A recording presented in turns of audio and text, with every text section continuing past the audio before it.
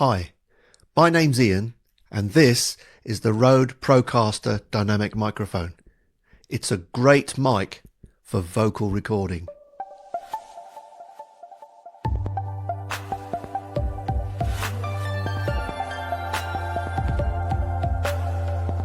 The Procaster is literally built like a brick.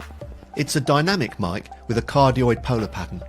Although it kind of resembles a studio condenser, it's an end address, and that means the capsule is spoken into from the top, and it's set in its own shock absorption mount inside.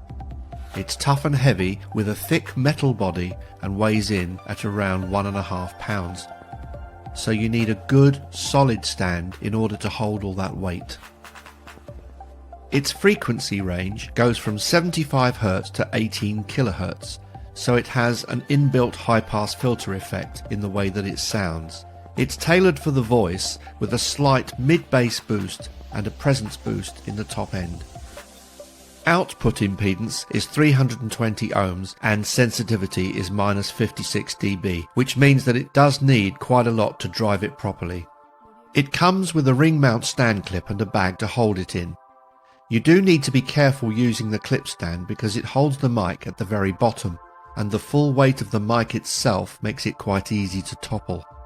It comes with a warranty of 1 year with a free extension to 10 years following registration on the RØDE website, where you need to provide proof of purchase, although I can't really see this breaking too easily given the way that it's built, to be honest.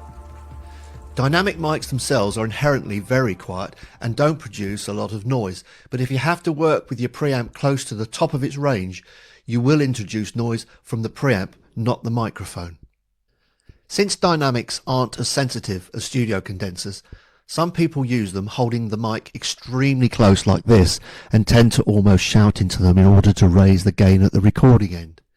The effect of this can be an overpowering bass response, which can be useful perhaps in radio broadcast for that fat type of sound, but for clean voice production on video it mightn't be so desirable. I don't really understand why RØDE suggests holding the mic no more than 2 inches from the mouth, because that can cause the very same thing, and for me personally, for my voice, I prefer to have the microphone just a little bit further away, and that takes that bass away a bit and gives you a more natural sound.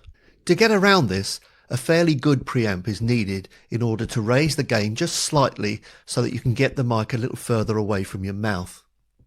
The advantages of doing this are the fact that you get less overpowering bass, and plosives are then minimised. I'll try that again. And plosives are then minimised. And plosives are then minimised. Another get-around for the problem of preamp noise is to add phantom power and use a device like a Triton Fethead or a cloud lifter to boost the output of the mic, so that the gain of your preamp is lowered massively, resulting in lower noise levels. I found that using a Fethead gives me a lot of gain, allowing me to use even just a Saramonic battery-operated preamp to power it if I want, or if I'm at home, a standard desktop preamp. The Saramonic allows me to use the Procaster in mobile situations and gives me a lot of gain when I'm out and about. If you use a recorder like the Zoom H4n, then that already has 48 volt phantom power available straight from the unit for the Fethead. The H4 is quiet anyway, and having that gain set even lower makes it even quieter. This is the Procaster being used in the way that RØDE suggests, no more than 2 inches from the mouth. This is the Procaster being used a little further back, about 9 inches or so. So for me, with the Procaster about 6 to 9 inches away from my mouth, as you can probably hear, the sound is balanced and noise is at a minimum. We'll have a listen for the noise, but I think my house is quite noisy, so we'll have a listen.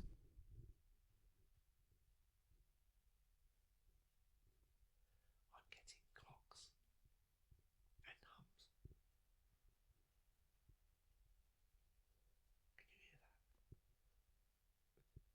that? Many people would go directly for a studio condenser mic in order to record voiceover for their films, but using a dynamic does have some advantages in a home situation where you've got an awful lot more noise, and also because the room's not treated, you're not going to pick up so much of the room sound as perhaps a condenser would. So sometimes a dynamic can be a bit more useful, especially in the home. With a dynamic, you don't have as much of a problem with room acoustics. They're also mostly tailored to vocal pickup and the capsule is shielded from the body. They also withstand much rougher treatment without self-destructing, allowing you to handhold the mic in mobile situations since they don't need power to run. In a noisier environment, you don't have to worry so much about preamp noise since it wouldn't be heard, and dynamic mics do reject external sounds pretty well. The Procaster is currently being sold at £129 on Amazon, and it makes a really good choice for people wanting a clean but a robust audio for their filmmaking or voiceovers, especially for people when they don't have studios in their home and they've got rooms that are not treated. These types of microphones are fantastic for that. Cheers for now.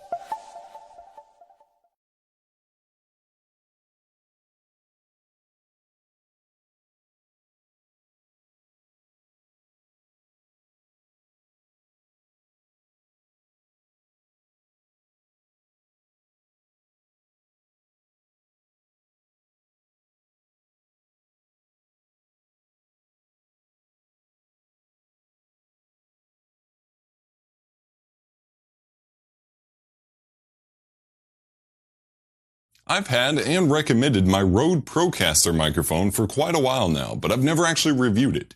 In fact, the only unboxing footage of this mic that I have is a low-quality live stream footage from the summer of 2014, and I unboxed it midstream. This mic has come a long way with me, and it's time to finally give it a formal review. Let's go.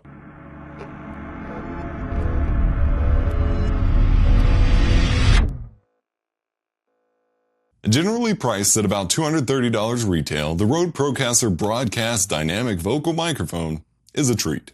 Priced competitively below Electro Voice's RE320 and RE20 microphones, this microphone aims to provide low-noise broadcast quality sound in a similar no compromises package. It just about gets there, too. Weighing about 1.63 pounds, this dark gray cylindrical mic will put some weight on your mic stand.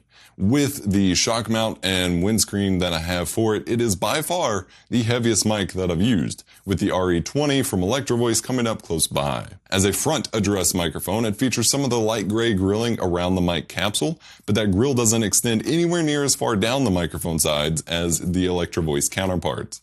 The mic is about 8.4 inches long and a little over 2 inches in diameter. It features an XLR connection on the rear with a threaded mount screw on the XLR connection shell. Inside the box you get the microphone, the ring mount microphone stand for that threaded end, and a padded zip pouch. The zip pouch is nice, and that's standard for most RØDE mics, but it's nothing compared to the Electro Voice's padded case. I purchased mine with a shock mount and a foam windscreen. I'll touch on the windscreen in a second, but the shock mount ensures that none of my heavy, aggressive typing that shakes my entire desk will end up causing shake noise within the microphone. Some say this isn't necessary, but I definitely don't have that noise in my mic, so it worked out for me. If XLR mics aren't your thing, RØDE also offers a lighter USB version called the RØDE Podcaster. Link to that will be in the description below as well. Inside, an internal pop filter helps minimize plosives and distortion, while the dynamic cardioid capsule aims to pick up detail in the voice while rejecting background noise. The internal pop filter does a decent job at preventing plosives, but the sound of air moving across the grill or mic capsule or something during breathing can be quite annoying during more intimate recordings. Thus, the windscreen I purchased is a lifesaver. The Procaster features a 75 through 18,000 Hz frequency response with an output impedance of 320 ohms. So, how does it sound? Well, it sounds pretty freaking good. I was originally nervous about throwing this much money at a microphone, especially knowing that a dynamic microphone typically wouldn't have the kind of bass response that my AT2020 condenser microphone would have, but I was immediately quite impressed. Through a raw recording, the Procaster picks up quite a hefty amount of low end and mid-low end, which works very, very well with my voice. This sounds great, and with the benefit of eliminating background noise, this mic is one hell of a deal. However, the extra oomph on the low end seems to come at the sacrifice of a detailed high range. This especially comes out once I run the audio through post-processing. There's quite a lot of oomph to the sound, but not the same kind of punchy sound that the RE320 or RE20 makes, both of which keep a lot more detail on the high end of things. It definitely doesn't get muddy, not at all. It's just clear that the low end can kind of overpower the other rest of the audio range, and it lacks some of that bright crunchiness that other mics can offer. Don't get me wrong, it still sounds great. If you can't justify making the $70 jump to the RE320 or the couple $100 extra jump to the RE20, I definitely recommend someone go with this mic over a normal condenser microphone, especially for YouTube podcasting, live streaming, that kind of thing. Here's an audio sample for you, and you can listen to more, as well as samples from other mics I've reviewed on my SoundCloud. A link in the description below. This is a microphone test using the RØDE Procaster dynamic microphone. This is a test. I will play both the unedited and the processed versions. This is a normal microphone test. My name is Adam Reeples Vox. W98.9 WAMZ. Ladies and gentlemen, fatality. This is a microphone test using the RØDE Procaster dynamic microphone.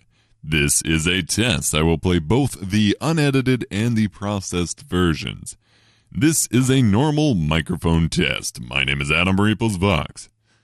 W98.9 WAMZ. Ladies and gentlemen, fatality. Another thing to note, though, is that this microphone isn't very hot. It requires a very strong preamp to drive. This is what drove my purchase for the Cloudlifter CL1 preamp in the first place, as I essentially needed more gain than the preamp in my Focusrite Scarlett 2i2 interface could provide. With the CL1 inline, the Procaster signal starts to kick up a lot better. This is important, because if you take the approach that I did initially of just dealing with a quieter signal and amplifying it in post-processing, you're in for an unexpected noise floor. Through clean preamping, it's great. There's not much background noise pickup at all. But if you don't have it preamped cleanly or just preamped enough before processing, you're in for a noise floor to remove and potential hissing within the audio itself to clean out as well. Overall, this mic is pretty baller, and it has served me very, very, very well over the past year and a half, 2 years or so of live streaming and desktop video capture. Coming in at not much more expensive than the popular Blue Yeti Pro, this one definitely gets a recommendation from me. Exhausting. So this is more about thinking what your needs are. If you're doing for podcasting, I would recommend something else that's brighter, but I also have a strong voice. So if you need that boost, then it works well for you.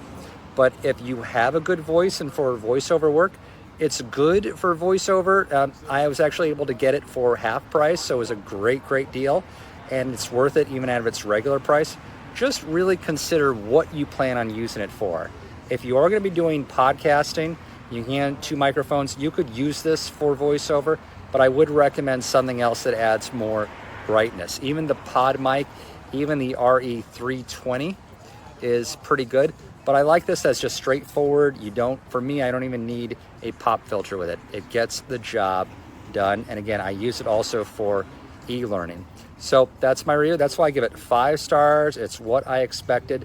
Just plan on thinking about, it's not the only mic you should have, but for something with a presence, it's definitely a really good solid mic to have. Hope this is helpful.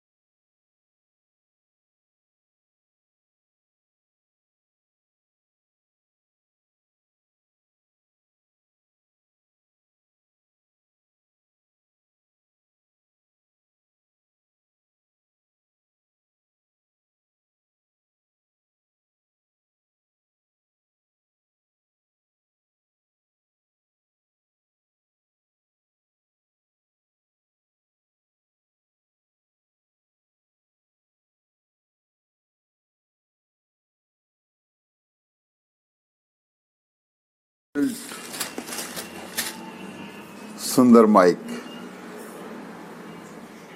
और हमारा शुरू होता है podcast. आगे आप देखेंगे कि कैसे पॉडकास्ट बनाया जाता है और सुंदर पॉडकास्ट जरूर सुनिए।